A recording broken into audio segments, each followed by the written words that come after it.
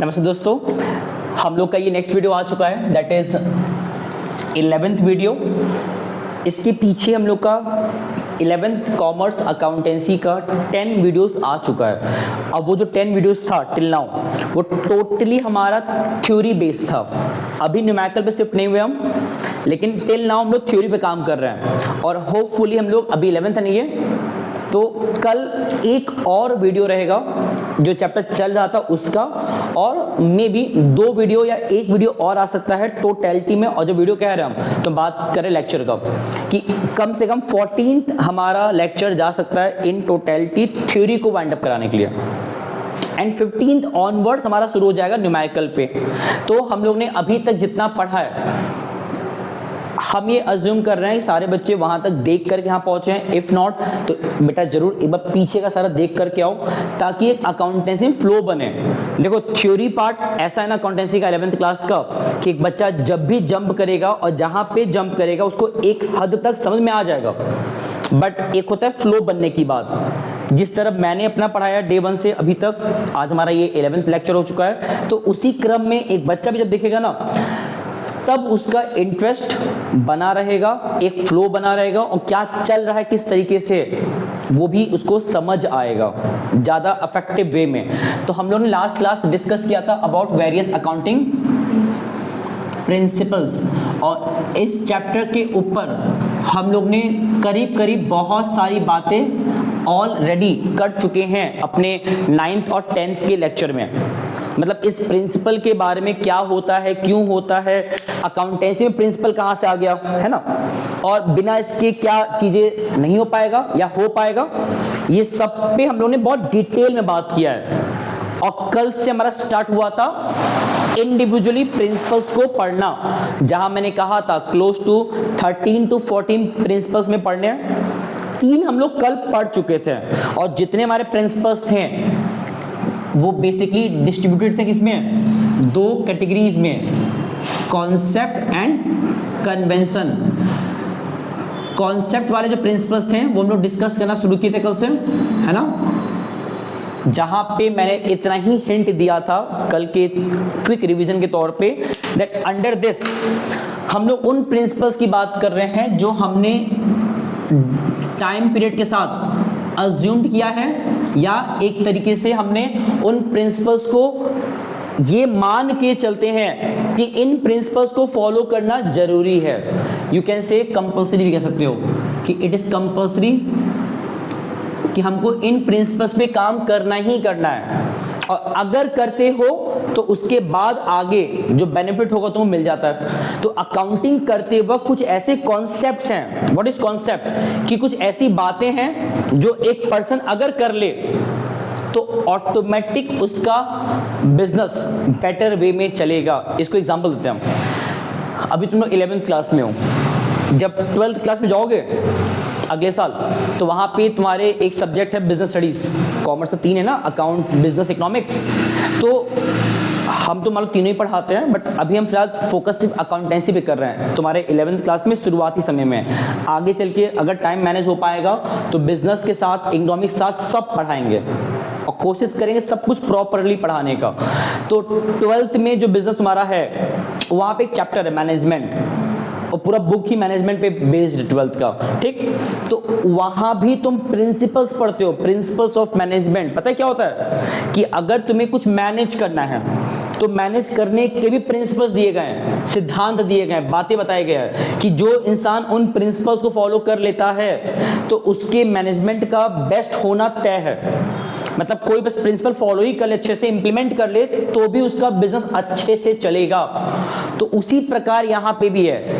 ये जो principal accountancy पढ़ने जा रही हो, पढ़ रहे हो टिल नाउ 2 दिनों से, और आज 3रा दिन है, तो ये प्रिंसिपल हमको हेल्प करता है हमारे अकाउंटिंग को बेहतर करने में। 3 हमने पढ़ लिया था, उसके नाम याद है क्या क्या था? फर्स्ट क्या था? लाइन टेढ़ा क्या नहीं है, सबसे बेकार तो होता है लाइन सीधा नहीं जाता हूँ। अब सही है, चलो बढ़िया है। तो पहला क्या था? Going concern concept. सेकंड क्या था? It's consistency concept. क्या बोल रहे हो? कंसिस्टेंसी। एंड थर्ड हमारा क्या था? Accrual concept.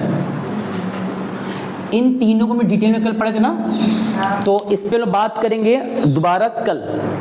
आज हम लोग अब पहले आगे बढ़ते हैं। जब ऑल प्रिंसिपल एंड अप हो जाएगा, उसके बाद जब क्विक रिवीजन कराएंगे वहां जान लिया जाएगा। अभी आगे बढ़ते हैं। अब आते हैं हमारे फोर्थ प्रिंसिपल पे। नाम क्या है? इसमें कोई सीक्वेंस नहीं है, तो हम क्या कर रहे हैं ना बेसिकली कि बुक में ही देख लो जो प्रिंसिपल के नाम है, सीधा उसमें जंप करो, कोई ऊपर नीचे फर्क नहीं पड़ता। तो नेक्स्ट हमारा है बिजनेस एंटिटी कॉन्सेप्ट। अब इस प्रिंसिपल में खास क्या है? ये प्रिंसिपल बेसिकली हम लोग को ये बताता है दैट इन अ बिजनेस, अब यहां ध्यान दो, ये प्रिंसिपल हमको ये बताता है दैट इन अ बिजनेस हम लोग बेसिकली दो कैटेगरी होते हैं बिजनेस के अंदर, एक ओनर एंड एक बिजनेस इटसेल्फ। हम इन दोनों पर्सनैलिटीज को टू डिफरेंट या डिस्टिंक्ट, जो भी वर्ड कह लो, या एक और वर्ड कह लो separate, they both are different. हम उनको एक जैसा या सेम नहीं मान सकते, ना सेम होते हैं वो लोग। हम इन दोनों को सेपरेट मानते हैं। और सबसे इंपॉर्टेंट, हमारे बिजनेस का सारा एक्टिविटीज जो भी होता है बिजनेस के अंदर, मतलब फर्स्ट पॉइंट क्या है? जो भी बिजनेस के ट्रांजैक्शंस हो रहे हैं, बिजनेस ट्रांजैक्शंस, वो एक्चुअली बिजनेस के पॉइंट ऑफ व्यू से होता है। विच मीन्स हम अपने बिजनेस में जो भी काम करेंगे वो बिजनेस के नाम पे होगा, ना कि ओनर के नाम पे होगा। तो फिर ओनर कहां से? ओनर क्या, उसका भी रोल क्या है? फिर यहां पे जो ओनर है उसका काम है सिर्फ और सिर्फ बिजनेस के अंदर फाइनेंस लाना, पैसा लाना, ब्रॉड करना, एंड दूसरा बिजनेस को मैनेज करना। ध्यान देना, मतलब इनका काम है बिजनेस को मैनेज करना और पैसा लाना, और वो जो पैसा लाके बिजनेस में देंगे उस पैसे को बिजनेस अपना पैसा नहीं कह सकता। और जब बिजनेस कह रहे हैं तो बात करें फर्म का, तो वो फर्म उस पैसे को जो ओनर से पा रहा है, अपने ओनर से पा रहा है, उसको वो अपना पैसा नहीं कहेगा। इसको समझो एग्जांपल से कि मान लो ये हमारा ओनर है, ठीक है, ये हमारा फर्म है। तो होता क्या है ना, ये दोनों सेपरेट हैं। और सेपरेट किस तरीके से हैं? इनका काम है बिजनेस के अंदर अमाउंट ऑफ मनी या कैसे तो फाइनेंस, उसको लाना, जिसको एक वर्ड दिया गया है। वर्ड क्या होता है? The amount of money which owner brought in the firm, it is called capital. और फर्म क्या करेगा? इस पैसे को अपने पास रखेगा और बिजनेस करेगा, अपने नाम पे करेगा। They both are independent personality. मतलब कल को ओनर चेंज हो जाए तो भी फर्म चलता रहेगा, और जो भी बिजनेस के ट्रांजैक्शंस होते हैं वो फर्म के नाम पे होते हैं, ना कि ओनर के नाम पे। एक चीज और, ये जो ओनर है ना, ये बेसिकली फर्म के लिए पता क्या कहलाता है? गैस करो क्या कहलाएगा? रिकॉल करो। फर्म जिनसे भी कुछ भी मांगता है तो उनको क्या बोलता है वो पता है? फर्म जिनसे भी कुछ एक्वायर करता है तो ऐसे केस में फर्म उन सब पर्सनालिटीज को बोलता है क्रेडिटर। क्या बोलता है? तो एक तरीके से कह सकते हो कि owner behave as like creditor for the firm, क्योंकि फर्म यही पैसा उनको रिटर्न भी करेगा आफ्टर फर्म जब वाइंड अप हो जाता है। और जिसके माइंड में चल रहा है कि फर्म कोई पर्सन है क्या? नहीं, ऑन पेपर फर्म सिर्फ एग्जिस्ट करता है, इन रियलिटी एग्जिस्ट नहीं करता। बट एक्चुअली होता क्या है? काम ओनर ही कर रहा है, बट ओनर अपने आप को सामने रखता नहीं है, वो हमेशा फर्म के नाम को प्रमोट करता है और उसी के नाम पे सारे कामकाज को देखता है, करता है। तो होता क्या है ना, he behave as like creditor in the firm, you can say कि जो फर्म है ना वो अपने ओनर से ही पैसा क्या कर रहा है, बोरो कर रहा है, because firm borrow amount of money by from owner. बस फर्क इतना है कि वो अपने ओनर से मांग रहा है तो उसको कैपिटल कहता है, बट कैपिटल तो कहा जा रहा है ना, एक्चुअली बताओ क्या कहलाता है, एक ही वर्ड है, it is called internal liability. इसको क्या बोलते हैं हम लोग, ये सब हम डिस्कस किए हुए हैं। हम इतनी बातें क्या बताना चाह रहे हैं ओवरऑल, देखो एग्जाम में जब भी तुम एक्सप्लेन करते हो what is this principle means, business entity concept, तो यहां तुमको इतना ही बोलना रहता है कि under this owner and firm both are separate entity, दोनों अलग अलग हैं, दोनों के अपने में पहचान है। बुक्स के जो रिकॉर्ड मेंटेन होंगे वो फर्म अपने पॉइंट ऑफ व्यू से रिकॉर्ड मेंटेन करेगा, जो भी बुक्स के रिकॉर्ड मेंटेन होंगे ना, बुक्स के रिकॉर्ड वो फर्म अपने पॉइंट ऑफ व्यू से रिकॉर्ड करेगा। ये सब बेसिक बातें समझो कि हम लोग क्या करते हैं ना, बिजनेस को और ओनर को अलग रखते हैं। अलग क्यों रखते हैं, ताकि कभी कोई दिक्कत ना आने पाए, कि कल को जब दिक्कत आए तो फर्म के नाम पे आए, ओनर नाम पे ना आने पाए। वरना जेल में ये जाएंगे, जेल में वो नहीं जाने वाला, फर्म बंद हो चलेगा, ओनर बंद ना होने पाए। हाँ, अगर इनका उसमें मिली भगत रहेगा तब बात अलग है, ठीक है। ये तो हुआ एक और प्रिंसिपल। अब आते हैं नेक्स्ट प्रिंसिपल पे।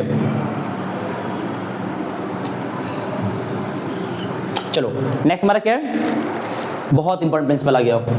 ये टेढ़ा क्या है तो बता दिया करो, ठीक। ये हमारा फर्स्ट प्रिंसिपल था, ये सेकंड था, कोई सीक्वेंस नहीं बता रहे हूँ, थर्ड, ये फोर्थ।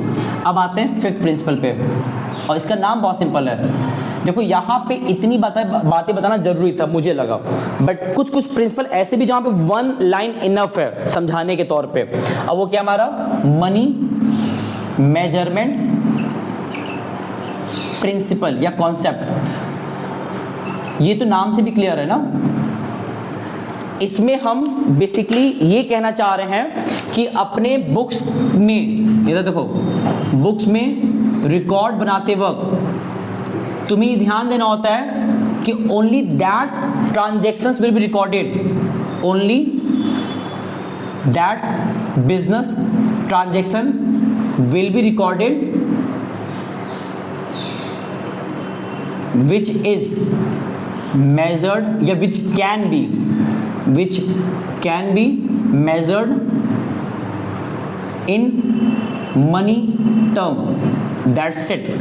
कि जिस चीज को हम मनी में मेजर कर सकें वही रिकॉर्ड में लाओगे, बाकी कुछ भी नहीं। जैसे तुम्हारे फर्म के अंदर जितने एम्प्लॉयज हैं वो 2 दिन स्ट्राइक बैठ गए और 2 दिन काम नहीं हो पाया, लॉस हो रहा है फर्म के अंदर, तो लॉस कितने का हो रहा है उस स्ट्राइक की वजह से कोई मेजर कर पाएगा नहीं। या फिर समझो इस तरीके से भी कि कोई भी ऐसा एक्शन जो बिजनेस में हो रहा है बट नॉन मनी मेजरेबल है, मतलब मनी में कन्वर्ट करना नामुमकिन है। तुम्हारे एम्प्लॉइज ज्यादा बेहतर काम कर रहे हैं तो उस एक्स्ट्रा एफर्ट का लॉयल हैं, ऑनेस्ट हैं, धोखा नहीं दे रहे, तो इन क्वालिटेटिव एट्रीब्यूट्स को मनी में मेजर करना इम्पॉसिबल है। ऑनेस्ट हैं, कितना ऑनेस्ट है, और उनके ऑनेस्टी की वजह से कितना बिजनेस एक्स्ट्रा कमा रहा है, ये कोई जान पाएगा भी नहीं जान पाएगा।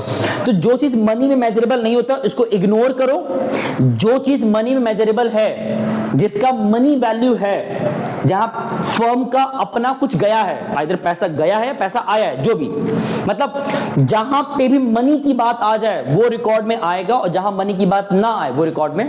तो ये स्ट्रिक्टली ये बोलना चाह रहा है कि अपने बुक्स के रिकॉर्ड में सब कुछ मत लिखो, जो मनी में है वो आएगा, जहां पैसे का लेन देन दिख जाए, जहां मनी का इन्वॉल्वमेंट दिख जाए तो वो रिकॉर्ड में लाओ, बाकी सबको इग्नोर करो। अब आते हैं नेक्स्ट प्रिंसिपल, सिक्स्थ। यहाँ ज्यादा एक्सप्लेन नहीं करना, जहां पे मुझे लगेगा वहां खुद एलैबोरेट कर देंगे। इफ नॉट तो इनफ है, इतनी बातें भी समझना। हम बार बार कह रहे हैं इस चैप्टर को या थ्योरी के बाकी चैप्टर्स को भी सिर्फ मार्क्स के कॉन्टेक्स्ट में मत देखा करो। एक्चुअली होता क्या है ना, ये सब हमारे अप्रोच है जो कि अकाउंट पढ़ते वक्त हमारे माइंड में चलना चाहिए, पता होना चाहिए, दैट्स इट। एक बच्चे को अगर ये कहा जाए कि बताओ व्हाट इज अक्रूअल कॉन्सेप्ट, वो इतना बताने के लिए अगर एलिजिबल है that under this we record both the aspect of the business transaction that is cash and credit both, कि जब हम उधार वाले चीजों को भी रिकॉर्ड करते हैं और जो नगद मतलब जो कैश में दिया गया है उसको भी रिकॉर्ड में करते हैं, दैट इज अक्रूअल कॉन्सेप्ट और कैश में। तो इसमें तुम बुक में ओपन करोगे बहुत कुछ लिखा है, तो क्या तुम जब कोई तुमसे पूछता है इतनी बातें एक्सप्लेन करते हो वहां पे हो? नहीं, एक लाइन में इनफ करना होता है। यहां पे क्या था कि हमें अपने मेथड्स, हमारे एक्शंस, हमारे रूल्स रेगुलेशंस उसको कंसिस्टेंट रखना होता है, वे ऑफ डूइंग एनीथिंग। मतलब इन शॉर्ट हमारा अकाउंटिंग एक कंसिस्टेंट मैनर में होना चाहिए। सिंपल, पढ़ाई भी कर रहे हो तो पूरे साल के लिए हमें एक सिंगल पैटर्न पे ड्राइंग सॉरी क्या बोलते हैं उसको, पढ़ाई करना चाहिए। तो उसी तरह ये भी था।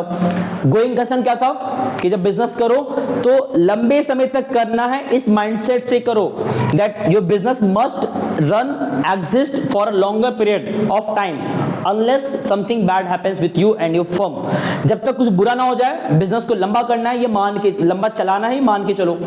इसी अप्रोच के साथ बिजनेस को स्टार्ट करो, that is called going concern. हमने अभी क्या पढ़ा, बिजनेस एंटिटी। इसमें क्या था इसमें कि business and businessman both have to be separate enough, they does not want to be dependent on each other.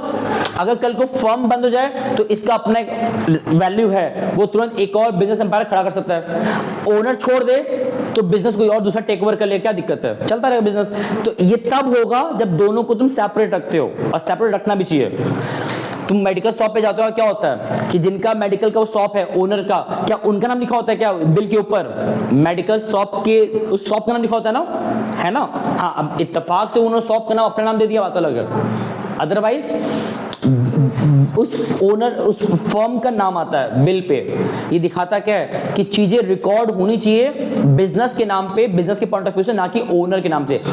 Owner काम है सिर्फ ऑपरेट करना, वहां पे हेल्प करना, काम कराना, मैनेज करना, दैट्स इट। और वो बिहेव करता है as a creditor in the firm, and ये फर्म उनको पैसा देगा वापस। कब देगा? जब फर्म वाइंड अप होता है। खैर, इसमें क्या था फिफ्थ वाले में कि हमें अपने बुक्स में सब कुछ रिकॉर्ड करना है, बस मेन चीज क्या है, वो मनी में क्या रहे, मेजरेबल। जो चीज मनी में कन्वर्ट ना किया जा सके उसको रिकॉर्ड में नहीं करना है। जैसे ये रिकॉर्ड में करना पॉसिबल है कि एक चोर आया हमारे शॉप पे, चोरी कर लिया, ये रिकॉर्ड में करेंगे, है ना? क्यों? क्योंकि ये जानना आसान है ना भाई, कितना चोरी किया है। मान लो मेरे पास 10 आईफोन मोबाइल था, हम मोबाइल शॉप ओपन किए, मोबाइल का शॉप, मेरे पास 10 आईफोन था, एक आईफोन 1 लाख का है, वो 3 आईफोन चोरी कर लिया, तो मुझे पता है कि 3 लिया है, तो मेरा नुकसान 3 लाख रुपए का हुआ है ना, तो ये मेजरेबल था। तो द अमाउंट जो तुम मनी में बचा कन्वर्ट कर सकते हो वो सब रिकॉर्ड में लाओ, और जो रिकॉर्ड में पॉसिबल नहीं है उसको रिकॉर्ड में मत लाओ। चलो नेक्स्ट पे आते हैं। ये तो मैं थोड़ा रिवीजन करा दिया हम पूरा एज अ होल। अब आते हैं एक और, उसका नाम क्या है, अकाउंटिंग पीरियड कॉन्सेप्ट। ये और भी अच्छा है। पता है ये कौन सा प्रिंसिपल है? ये एक्चुअली इस प्रिंसिपल को थोड़ा सा कह सकते हो क्लैरिफाई करता है। कौन सा प्रिंसिपल को? पहले वाले को क्या नाम था उसका? यहां हमने क्या पढ़ा था कि जो बिजनेस है वो कभी भी बंद नहीं होना चाहिए ना, इस माइंडसेट से बिजनेस को करो। तो लेट्स एग्जांपल लेते हैं, मान लो एक फर्म है, अब तुमने ये कह दिया ये फर्म जो है ना ये नेवर एंडिंग होना चाहिए, मतलब इस माइंडसेट से बिजनेस को करना है। तो अब ऑब्वियस सी बात है तुम बिजनेस को लगातार करोगे, कब तक? इनडेफिनिट पीरियड के लिए। इसका मतलब वो बिजनेस चल सकता है 1 साल भी, 10 साल भी, 100 साल भी, या फिर 1000 साल भी। तो बिजनेस कोई एंड तो है नहीं, ये मान के चल रहा है, अनलेस कोई बुरा ना हो जाए, लॉस हो रहा है या फिर जो बुरा हो जाए, तो बिजनेस तो लगातार चल रहा है। तो तुम ये बताओ, जब बिजनेस लगातार चल रहा है और तुम बिजनेस को रोक ही नहीं रहे हो, बुक्स को रिकॉर्ड बना रहे हो, मतलब इस पूरे बिजनेस के लगातार चलते वक्त जो हमारे बुक्स हैं वो रिकॉर्ड तो हो रहे हैं, ऐसा नहीं रिकॉर्ड नहीं हो रहा है, सब कुछ हो रहा है, लेकिन जब बिजनेस रुक नहीं रहा है कभी और तुम उसको रोक भी नहीं रहे हो, it is never ending business activity, तो एट द एंड अपने प्रॉफिट लॉस या फिर अपने बिजनेस का फाइनेंशियल पोजीशन, ये दो चीज तुम कैसे जानोगे जब बिजनेस को रोकना ही नहीं है? तो ये दो चीज जान पाना पॉसिबल है। जैसे ये कुछ वैसे समझो, तुम्हें कहीं घूमने निकलना है और तुम बस कहा जरा निकल जाओ कहीं भी, रुकना नहीं है, लेकिन तो जब रुकना नहीं है तो कभी जान पाओगे कितना दूरी तय कर लिए? जस्ट टू कैलकुलेट कितना डिस्टेंस कवर हुआ, तुम्हें कहीं तो रुकना पड़ेगा, ताकि जब रुकोगे तब देखते हो कितना तुम मेजर किए हो। तुम कौन है सब चलते हुए मेजर करेंगे तब? पॉसिबल नहीं है। तुम मेजर जहां किए, बिकॉज तुम लगातार चले जा रहे हो, तो जब तक मेजर करोगे थोड़ा और आगे बढ़ जाओगे, तो वो एग्जैक्ट हमको मिल नहीं पाता कितना हमारा आगे मूवमेंट हुआ। सेम एज लाइक बिजनेस में होता है, प्रॉफिट लॉस तुम एक मोमेंट पे निकालते हो कि अभी हमारा कितना प्रॉफिट लॉस चल रहा है बिजनेस में, कितना हमारा बिजनेस का फाइनेंशियल पोजीशन है। इन दोनों को जानने के लिए रुकना जरूरी है। तो अब जब बिजनेस नेवर एंडिंग है तो कब रुकें? तो हमारे पूर्वज कह सकते हो, एंसेस्टर्स जो अकाउंटिंग को मॉडिफाई किए हैं, तो उन लोग का कहना था कि इतने लंबे लाइफ स्पैन को, इसको हम बिजनेस का लाइफ स्पैन कहते हैं या साइकिल कह सकते हो। तो हमने क्या किया है, इस लाइफ स्पैन को ब्रेक किया है पीरियड वाइज। अगर इतना लंबा हमारा बिजनेस था, बिजनेस का लाइफ स्पैन इतना लंबा था, हमने उसको ब्रेक कर दिया पीरियड वाइज, 1 2 3 4 5 6 ऐसे ब्रेक कर दिया, ये आगे चलता रहेगा, मतलब नेवर एंडिंग है। ये जो ब्रेक किए पीरियड वाइज, ये बेसिकली होता है एक साल का। इसको मान लो अपना, ये मान लो अपना फर्स्ट अकाउंटिंग ईयर पहला, ये हमारा सेकंड अकाउंटिंग ईयर, ये थर्ड अकाउंटिंग ईयर, ये fourth accounting year 1। What is accounting year? हमने अपने पूरे अकाउंटिंग की लाइफ साइकिल को ब्रेक किया है पार्ट वाइज। ये पहला है, दूसरा है। इसमें होता क्या है ना कि हम लोग ने वो एक सेट कर दिया time period. For example mostly क्या होता है, अकाउंटिंग ईयर होते हैं 3। एक होते हैं 1 अप्रैल से लेके 31 मार्च, जिसको हम नॉर्मली कहते हैं। एक और होता है अकाउंटिंग ईयर 1 जनवरी से लेके 31 दिसंबर, इसको हम कहते हैं कैलेंडर ईयर, ये भी इसका नाम होता है। और एक और होता है 1 जुलाई से लेके 30 जून, इसको हम बोलते हैं फिस्कल ईयर।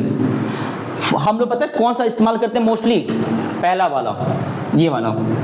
इसमें क्या होता है कि हर एक साल का हम रिकॉर्डिंग पूरा कर लेंगे, और रिकॉर्डिंग करने के बाद जब उस साल का अंत आएगा तो उस एक दिन के लिए बिजनेस के काम को रोका जाएगा, और उस दिन जितना हमारे पूरे साल का डेटा है उसको एनालाइज करके, उससे मीनिंगफुल कंक्लूजन निकाल करके, प्रॉफिट लॉस पता लगा करके, अपने फाइनेंशियल पोजीशन को रिवील करके, ये सब करने के बाद अगले साल में प्रवेश करते हैं। और फिर यही सेम प्रोसेस हम लोग क्या करते हैं, नेक्स्ट ईयर भी कंटिन्यूड करते हैं। तो अकाउंटिंग ईयर बेसिकली क्या होता है?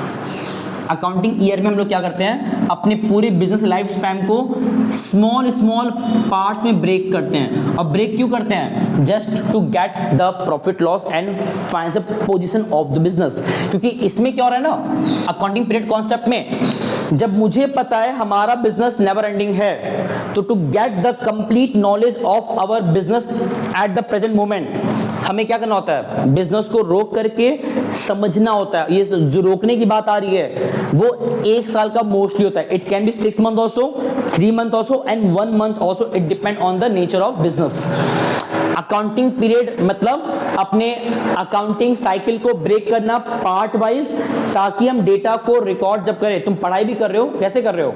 क्या तुमने पूरा पढ़ाई एक बार में किया है? नहीं, ब्रेक करके हुआ है। पहले क्लास 1 का, फिर 2 का, फिर आज 11th का, फिर अगले साल 12th का। तो ये जो पढ़ाई ब्रेक किया है सीबीएसई के थ्रू, ये भी इसी तरह का अप्रोच है एक हद तक। ताकि बच्चे को हम हर साल जज कर पाए कि बच्चा कैसा पढ़ रहा है, कैसा परफॉर्मेंस दे रहा है हर साल और आगे कैसे बढ़ रहा है। ठीक है, अगर ऐसा होता ना नर्सरी से क्लास 12 तक बच्चा एग्जाम दे ही नहीं रहा है, डायरेक्ट 12 में एग्जाम दे रहा है, तो कुछ भी कोई जान नहीं पाता बच्चा किस कैटेगरी का है। हम हर साल एग्जाम ले रहे हैं, हर साल बच्चा पढ़ रहा है नया नया क्लासेस को, तो उससे उसका परफॉर्मेंस जाना जा रहा है। तो यही सेम अप्रोच यहाँ पे भी है। ये हमारा 6th हो गया। अब आते हैं next, that is cost concept. अब ये क्या होता है,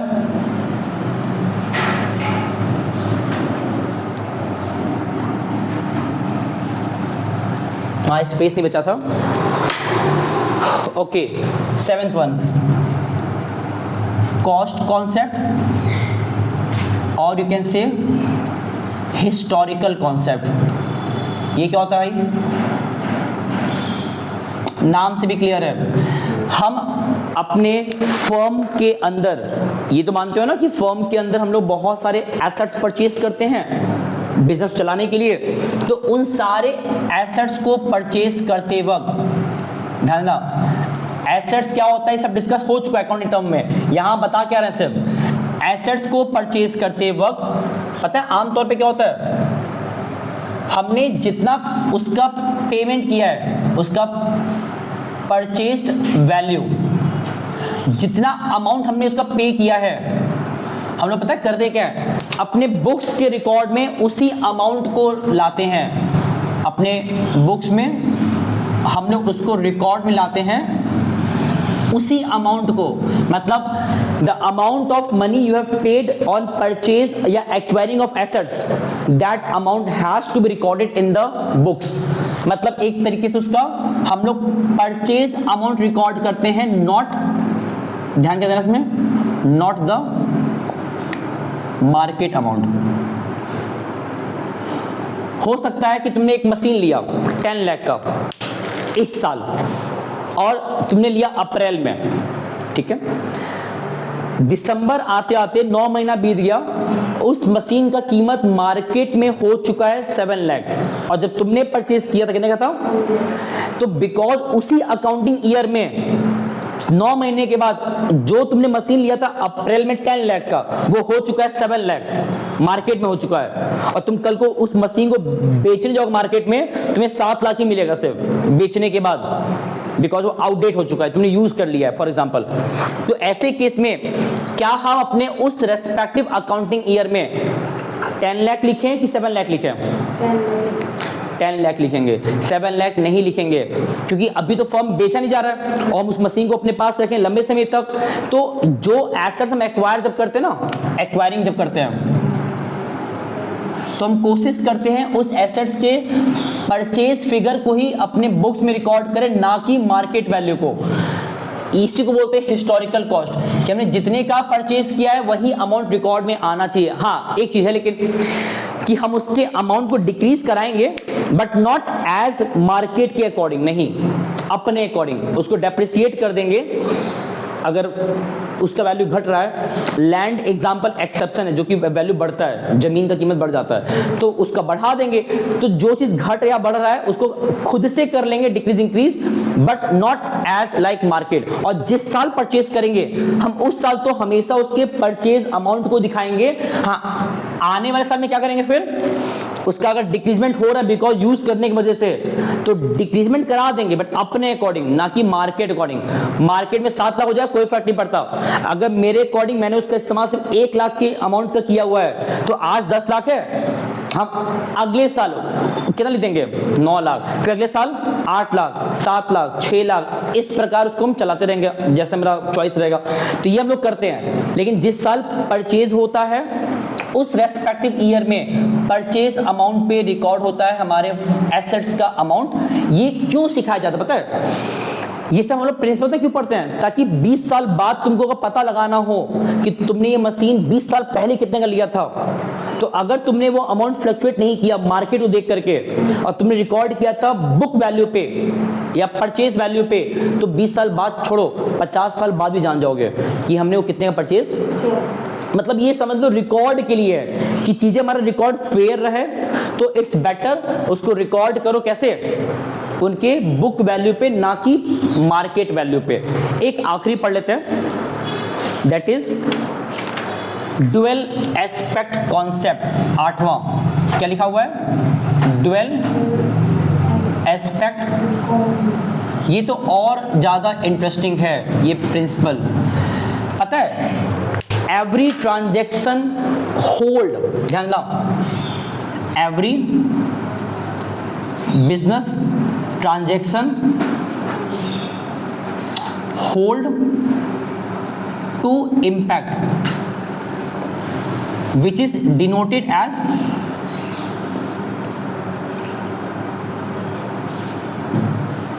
debit and credit in accountancy।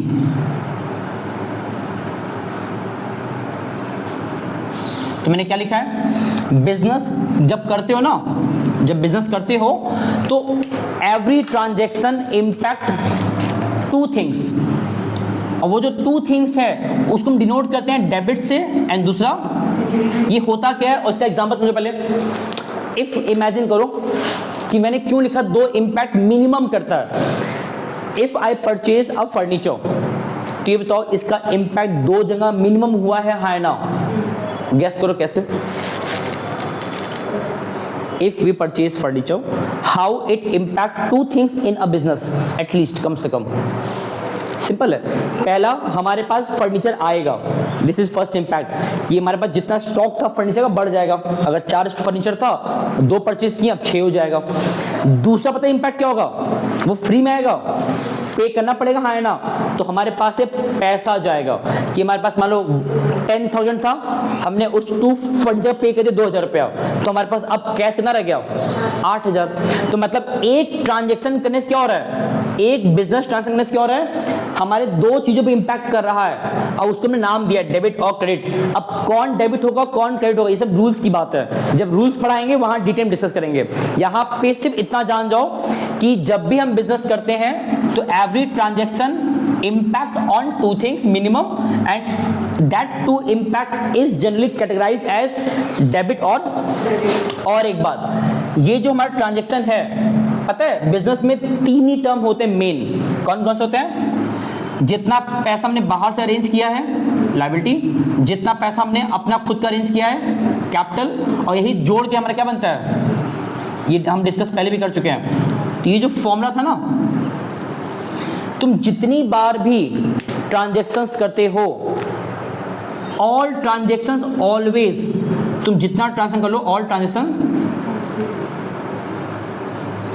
Always tally this equation. मतलब हमारे सारे ट्रांजैक्शन जितनी बार करोगे वो इस इक्वेशन को हमेशा टैली कराएगा। मतलब always in a firm assets will equal to liability plus capital. और यही चीज का प्रूफ हम लोग अभी सीखेंगे न्यूमेरिकल में आने वाले चैप्टर में, जिसका नाम क्या था? Accounting equation. ये एक चैप्टर नाम है जो लोग पढ़ेंगे थ्योरी खत्म होने तुरंत बाद। जहां हमारा थ्योरी एंड अप होगा तो उसके तुरंत बाद हम लोग इसी चैप्टर को पढ़ने वाले न्यूमेरिकल, जहां तुम्हें देखोगे कि ट्रांजैक्शन कुछ भी करो always this equation tallies, and इसमें डेबिट एंड क्रेडिट क्या है वो बताएंगे बाद में। बस इतना जान जाओ, each transaction hold to impact and that two impact always satisfy this equation. कोई भी ऐसा पॉसिबल नहीं जहां पे सेटिस्फाई ना करे। तुम फर्नीचर परचेज करोगे तो फर्नीचर आएगा, कैश जाएगा, स्टिल ये क्वेश्चन क्या रहेगा हमारा, कैसे मैच करेगा वो हम लोग प्रूफ देख लेंगे इस चैप्टर को पढ़ते वक्त। हम तुम लोग को शॉर्ट में लिखवा रहे हैं, बार बार कह रहे हैं, और यही सब बातें मैंने अच्छे से लिखा नोट्स में भी। तो पहले भी कहे थे जिनको नोट्स का नीड होगा, मेरा कॉन्टैक्ट नंबर वहाँ रहता है वीडियो के डिस्क्रिप्शन में, वहाँ से जब मुझे टेक्स्ट करोगे व्हाट्सएप पे, हम सब कुछ प्रोवाइड कर देंगे। न्यू बुक का पीडीएफ भी है, डीके गोयल का एंड एच शर्मा का, वो भी भेज देंगे हम। बस ये है कि जितनी बातें डिस्कस कर रहे हैं इनको एक बार घर जाके जो बुक में दिया एक्सप्लेनेशन उसको रीड करना है, ताकि कोई ऐसा लाइन वहाँ लिखा हो जो मैंने बताया ना हो या तुम्हें समझ ना आ रहा हो, वो पूछो मुझसे। बाकी जितना यहाँ बताया ना इतना भी इनफ है, एक कॉन्सेप्ट लेवल पे समझने के लिए दैट्स इनफ। इतना पढ़ते हो अगर, बाकी डिटेल में पढ़ना है तो बुक इज बेस्ट। ठीक है, बाकी चलो मिलते हैं नेक्स्ट वीडियो में। हम लोग कहाँ तक पहुँच चुके हैं? 8। 5-6 और रह गए, कल इसको वाइंड अप करेंगे, एंड जब कल इसको वाइंड अप करेंगे उसके बाद कल के बाद होपफुली शायद देखते हैं क्लास अगर हो पाए मैनेज करेंगे, अदरवाइज इधर भी 2-3 दिन का दिक्कत हो सकता है मे बी शायद, बट कोशिश रहेगा क्लास लगातार ही रखें। तो इतना उतार लो, बाकी मिलते हैं कल नेक्स्ट वीडियो में। चलो बेटा, thank you so much and नमस्ते।